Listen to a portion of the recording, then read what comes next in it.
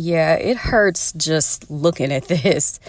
It's May 2025, and we should all be living our better lives right now, possibly somewhere on vacay or planning our next professional venture without having to constantly dread about the state of our union and our country and the world. But November 2024 did not deliver the potential for peace or progress that we fought very hard for. It was a hard pill to swallow that so many voters seemed to choose apathy and self-interest over empathy and community. And those of us who voted for Harris knew what that would mean for the years ahead. Black women in particular. The day after the election, I was so sad, and I barely managed to get out of bed to run a quick errand, only to have the first car that I saw on the street loudly brandishing one of the biggest MAGA flags in existence. It was like a one-car parade. And even worse, later that same week, Judith Jamison passed away. Judith Jamison was a legendary dancer and choreographer with the Alvin Ailey American Dance Theater, who later became the artistic director for that organization. And she was Alvin Ailey's muse. She is well known for so many works, but her most memorable for me is Cry. She stepped on the stage. In 5 minutes, the entire public was in her hand. Mother, mother, mother, mother, save your child.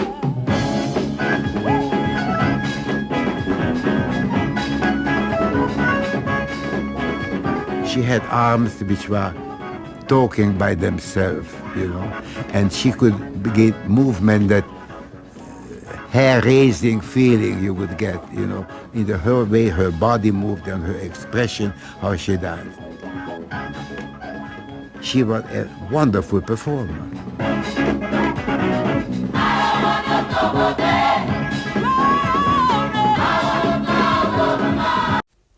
In 1971, Alvin Ailey choreographed Cry as a birthday present for his mother and dedicated it to Black women everywhere, especially our mothers. In this 3-part solo, the dancer, clad in a white leotard and long ruffled skirt, brings the audience on a journey of bitter sorrow, brutal hardship, and ecstatic joy. Originated by the legendary Judith Jamison, I told you she was legendary, Cry went on to become an endearing work of American art. In her autobiography, Dancing Spirit, Miss Jamison wrote, "Exactly where the woman is going through the ballet's 3 sections was never explained to me by Alvin. In my interpretation, she represented those women before her who came through the hardships of slavery, through the pain of losing loved ones, through overcoming extraordinary depressions and tribulations, coming out of a world of pain and trouble. She has found her way and triumphed." For me, understanding the history of this piece and the fact that Judith passed and that Kamala lost the election, all happening in the same few days, really, really, really hit my spirit hard. It was also interesting to me that my friends and I were having the same reaction to the results. We were angry, sad, confused, and depleted. It seemed as if we collectively decided it was just enough. Our hard work and our value was practically spat on when the stakes could not have been higher for the country. It seemed that our efforts were not appreciated and our devotion was not reciprocated. And that was a reality we just couldn't avoid any longer. So it's like, well, what do we do now? And I don't know, it just seems like telepathically we all told one another that maybe we should stop being so concerned in the struggles of others, and we should refocus our energy on ourselves, on our own networks and our own affairs, and just make sure that we are whole and that we are healed from this moment, because this was a serious injury for us. And it was hard to do, but it felt good to do. And the louder we got about that, the more people whined and complained. Last night, Kamala gave a speech in front of a leadership conference for Black women, and she said that fear is contagious, but hope is also contagious. And she also said in that 8-minute long speech, "I am not going anywhere." And I posted a clip from that speech, and I was like, y'all need to watch this. And I was not thrilled with the responses from white women on that video. Maybe as a white woman, I should know by now what we're like. Let me give this comment as an example. I think this person blocked me after I called out her anti-Blackness. I'm frustrated with how quiet she's been, meaning Kamala. If there was ever a time we needed a leader from the left to step up, it's been the past 2 months, and she's been MIA. That feels like a betrayal. And I was like, girlfriend, the only person here who's been betrayed is Kamala Harris. She ran for president. She tried to be our leader, and we said no thanks. The American people betrayed her, rejected her. She spent all of her energy trying to warn us about what was to come. She was very explicit that she knew what we are living now was going to come to pass. And people said, no, we still don't want a Black woman. We will take that future instead of a Black woman president. And as I said to this person here, white women especially really want a Black woman to come save us. We want a mammy who will come and fix all our problems and rock us and soothe us and just like take care of everything for us so that we don't have to do any labor ourselves. But we weren't coming this time. We were not putting on our capes. We were not coming to the rescue. Not this time. This time, lessons need to be learned. And the first lesson that needed to be learned was by us, that we have to make sure that we are taken care of fully before we extend the help to others. And the others, they will be mad. They will resent us probably. But guess what? They will have to deal. Because even when we tried to warn them explicitly, they did not listen to us. And so since our warnings were ignored, you all can apply that same approach to our recovery. Hello. My decision to skip the inauguration, what people don't realize, or my decision to make choices at the beginning of this year that suited me were met with such ridicule and criticism. Like people couldn't believe that I was saying no for any other reason, that they had to assume that my marriage was falling apart. Right. Mm-hmm. It's like, while I'm here really trying to own my life and intentionally practice making the choice that was right for me, and it took everything in my power to not do the thing that was right, or that was perceived as right, but do the thing that was right for me. Mm-hmm. That was a hard thing for me to do.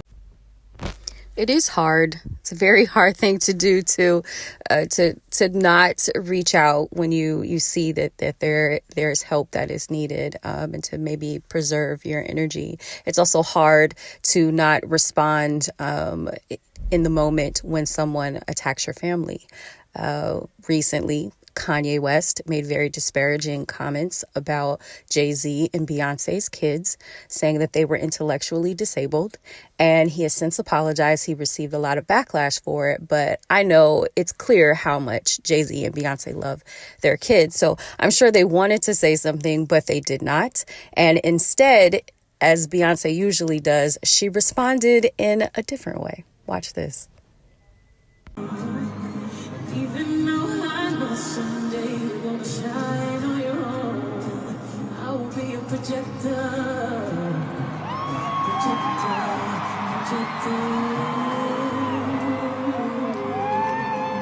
Give it up for Willie, y'all.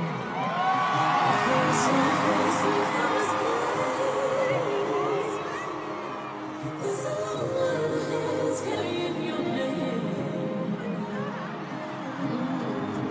lifting you up to be raised. Even though I know someday you will shine on your own, I will be a projector. Even though I know someday you will shine on your own, I will be a projector. Wanna be a protector.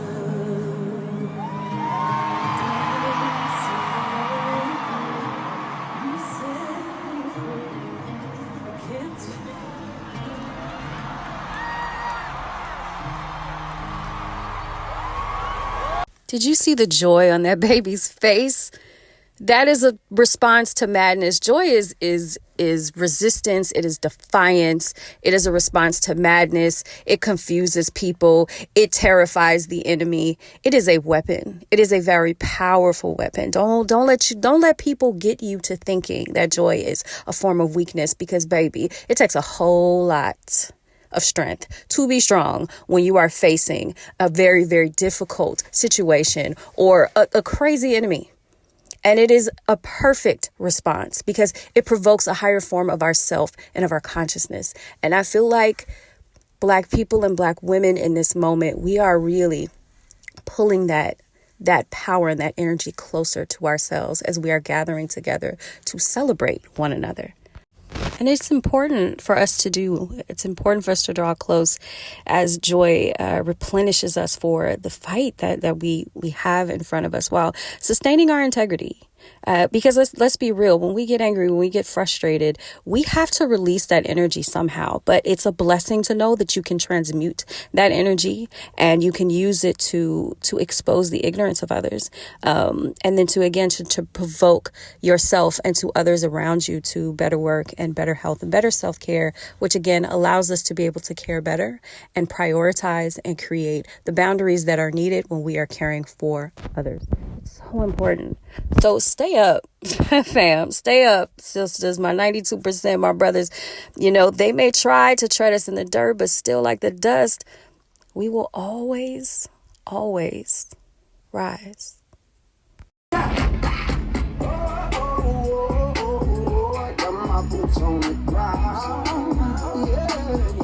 You all done heard him, famo.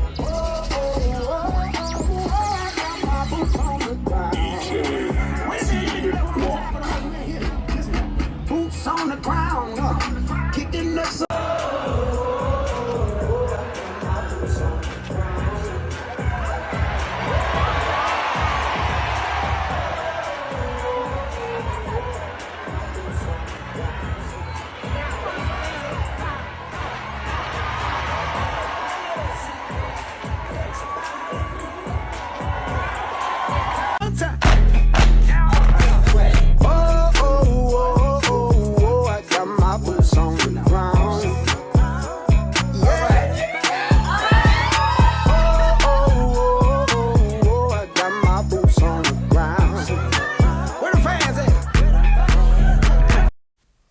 Don't you love to see it?